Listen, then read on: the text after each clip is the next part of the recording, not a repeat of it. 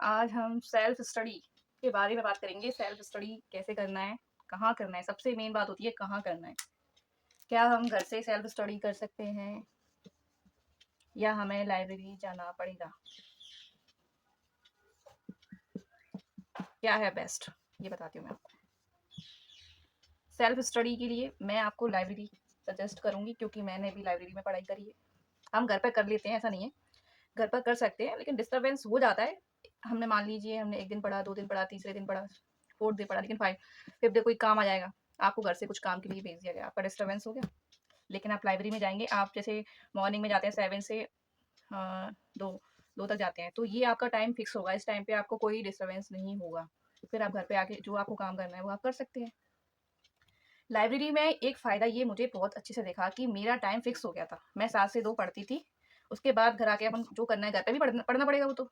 पढ़ना तो पड़ेगा घर पे, लेकिन आप डिस्टर्बेंस हो भी जाएगा तो इतना प्रेशर नहीं लेते फिर हम। पता है हमने मॉर्निंग की स्टडी बहुत अच्छे से कर ली है। बिल्कुल उसका आउटपुट पूरा अच्छे से निकाल लिया है। तो मैं तो आपको सजेस्ट करूँगी कि आप लाइब्रेरी जाएँ। अगर आपके घर के पास कोई भी लाइब्रेरी है तो आप उसमें जाएँ। 1 महीने पढ़ के देखें उसमें। मेरे लिए तो सबसे बेस्ट यही है, लाइब्रेरी है। घर है, लेकिन कितना भी आप अगर मान लीजिए आपके घरवाले डिस्टर्बेंस नहीं भी करते हैं, तो आप कभी-कभी डिमोटिवेट हो जाते हैं। लेकिन लाइब्रेरी में आप डिमोटिवेट नहीं होंगे क्योंकि आपकी सीट के बगल में कोई और भी तो पढ़ रहा है, इस साइड भी तो पढ़ रहा है। आप यहाँ बैठकर शांति से नहीं बैठ सकते आप यहाँ पर। यहाँ वाला इंसान पढ़ रहा है, ये भी पढ़ रहा है। तो आपको अपने आप प्रेशर आ जाएगा कि ये भी तो पढ़ रहा है, ये भी तो पढ़ रहा है, मैं भी पढ़ लेता हूँ। आप 1 घंटे खाली नहीं बैठ सकते इस सीट पे। लेकिन घर पर हम बेड पे आराम से लेट जाते हैं, लेट के पढ़ते हैं, कब सो गए पता ही नहीं चला। ये भी तो प्रॉब्लम है। घर पर आपको चाहे घरवाले आपको सेपरेट रूम क्यों ना दे दें, लेकिन उस टाइप की पढ़ाई नहीं हो सकती जिस टाइप की हमारी लाइब्रेरी में हो जाती है। मैंने दोनों जगह पढ़ाई करके देख लिया है। मैं बताऊँ तो मुझे लाइब्रेरी में 100% मिला है अपना। घर पर नहीं मिल पाता है। 1 दिन पढ़ा, 2 दिन पढ़ा, तीसरे दिन कोई काम आ गया, किसी ने बुला लिया, कोई काम जो भी कुछ ना कुछ होता रहता है लेकिन घर पे। लाइब्रेरी से आपको कोई नहीं बुलाएगा। बहुत ज़्यादा अर्जेंट काम है तभी बुलाया जाएगा आपको लाइब्रेरी से। लेकिन आप घर पर पढ़े हैं तो आपको काम दे दिया जाएगा कुछ ना कुछ। चलो ये काम छोड़ते हैं, तो अभी हम हमारा कंसंट्रेशन जो लाइब्रेरी में बनता है वो घर पर नहीं बनता है। मेरा लाइब्रेरी में फ़ोन चलाने का भी मन नहीं करता था। मैं बुक्स के साथ में ही कंफर्टेबल रहती थी। मैं ज़्यादातर क्लासेस मैंने एक बार सिलेबस करने के बाद मैंने बुक्स से ही पढ़ा है लाइब्रेरी में। मेरा मन करता था सिर्फ़ मैं बुक्स पढूँ वहाँ। तो मेरे अकॉर्डिंग तो लाइब्रेरी बेस्ट है सेल्फ स्टडी के लिए। आप जाएँ, अपना टारगेट बनाएँ, टारगेट बना लिया, आप वहाँ से टारगेट कंप्लीट करके ही निकलो। अगर आप फुल मैं हाफ डे की लाइब्रेरी करती थी, अगर आप फुल डे की करते हैं तो और भी बेस्ट है। अपना एक टाइम टेबल बना लेंगे आप नाइट में ही। आपने जो भी बनाया कि मुझे हिस्ट्री पढ़ना है, हिस्ट्री का एक चैप्टर कंप्लीट करना है, इंडस सिविलाइजेशन मान लेते हैं। दूसरा हमें मैथ्स में परसेंटेज पढ़ना है, रीजनिंग में प्रैक्टिस करना है 25 क्वेश्चन मान लीजिए, और साइंस में हमें फिजिक्स पढ़ना है, मेजरमेंट पढ़ना है फिजिक्स का चैप्टर।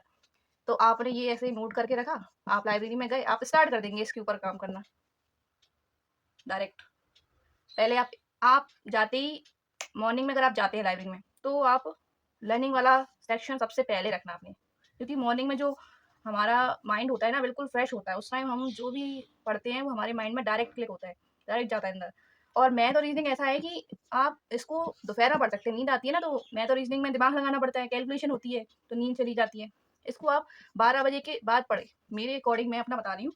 इसको आप 12 बजे के बाद पढ़ो, आपको नींद आएगी ना तो नींद चली जाएगी, क्योंकि आप मैथ्स के क्वेश्चन करोगे तो नींद कैसे आएगी? आपको कैलकुलेशन कर रहे होगे, आपका माइंड वर्क कर रहा होगा। लेकिन मॉर्निंग में आपको साइंस, फिजिक्स, हिस्ट्री ऐसे सब्जेक्ट्स पढ़ने हैं। क्यों पढ़ने हैं? क्योंकि वहाँ माइंड हमारा बिल्कुल फ्रेश होता है और चीज़ें अंदर एकदम चली जाती हैं उस टाइम। लेकिन 12 बजे के बाद इंसान थक जाता है क्योंकि वो 7 बजे से जगा हुआ है, तो उसका माइंड ऐसा हो जाता है कि वो इतना वर्क नहीं कर पाता है, तो अपना मैथ्स में वर्क करना। मैं अपने अकॉर्डिंग बता रही हूँ, मेरे साथ तो ऐसा ही था कि मैं मैथ्स फिर नींद नहीं आती थी, मैथ क्योंकि कैलकुलेशन कर रहे हैं हम कुछ। सबसे पहले कैलकुलेशन करना स्टार्ट कर देना। आपको नींद आए अपना मैंने आपको बताया कि मैथ्स वर्कआउट जो मैथ्स वर्कआउट करके जो ऐप है, उसको खोल लेना, उसमें डायरेक्ट कैलकुलेशन करने लग जाना, आपकी नींद चली जाएगी। मैथ्स वर्कआउट, ये ऐप मुझे तो सबसे बेस्ट लगा। कैलकुलेशन स्टार्ट कर दी, नींद चली गई हमारी। हम 15 मिनट तक हमने की, बाकी फिर हम फिर से आ गए अपने, हमारा माइंड फिर से रिफ्रेश हो गया और स्टार्ट हो गया वर्क करने के लिए। फिर आप प्रैक्टिस स्टार्ट कर देना।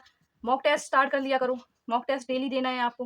12 बजे के बाद अपना मॉक टेस्ट स्टार्ट कीजिए। 1-2 घंटे का मॉक टेस्ट हो जाएगा ये आपको रखो। फिर एनालाइज़ में भी आपको कंजूसी नहीं दिखाना है। इसमें भी आपको अगर 1 घंटा लग रहा है तो लगने दो।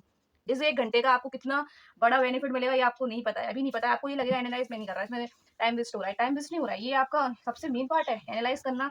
ए एनालाइज़ में अगर आप 1-2 घंटे भी दे दोगे ना, कोई कोई बुरी बात नहीं है। एनालाइज़ में आपको देना है, टाइम देना है। 2 घंटे लग रहे हैं ना, कोई बात नहीं है, लग जाने दो। लेकिन यहाँ पे आपको बेनिफिट मिलने लगेगा